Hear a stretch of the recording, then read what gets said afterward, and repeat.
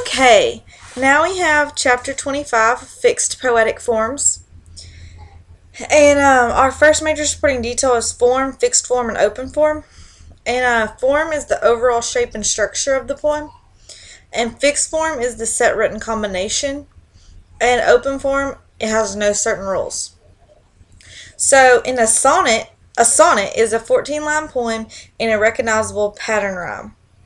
The example they use is Francesco Petrarch from the Partridgean sonnet, and it was about his love, Laura. I used Marilyn Nelson's poem Choppin'. The Villani is a 19-line poem. The poem's opening line of the second and fourth stanza and the last line of the first stanza is the final line of the third and fifth. They used Dylan Thomas' poem Do Not Go Gentle Into That Good Night, and I used One Art by Elizabeth Bishop. Then we move on to the sestina, and a sestina is six stanzas composed of 6 lines each. The final word of each line in the first stanza repeated in a different order in the following 5 stanzas. They use the example Elizabeth Bishop sestina. Then we have the pitonym, and it has quadrants, and it follows the pattern rhyme ABBA. The first line repeats the second line of the preceding quadrant, except for the first quadrant. The third line repeats the final line of the preceding quadrant. The second line of the final quadrant repeats the third line of the first quadrant. The last line repeats the first line of the first quadrant.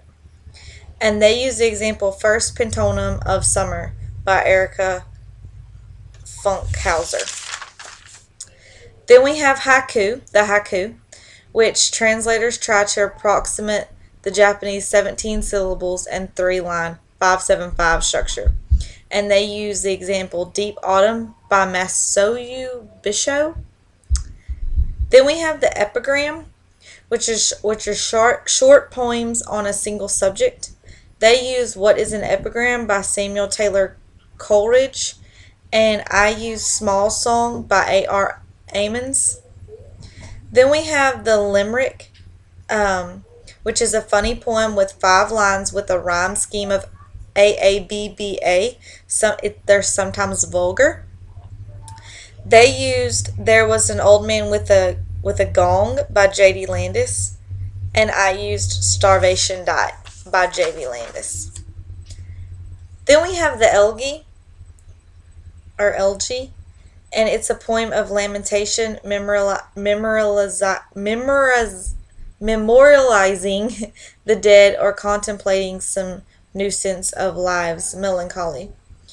So they used To an Athlete Dying Young by A.E. Housman, and I used Elegy for Jane by Theodore Roethke. And then we have the ode. It's no specific rhyme scheme or stanza length, recognizable shape in its celebration of a quality or condition or situation. They use Ode to the West Wind by Percy Bysshe Shelley, and I used Ode to a Nightingale by John Keats. And that's all. I thought it was longer than that, so thank you.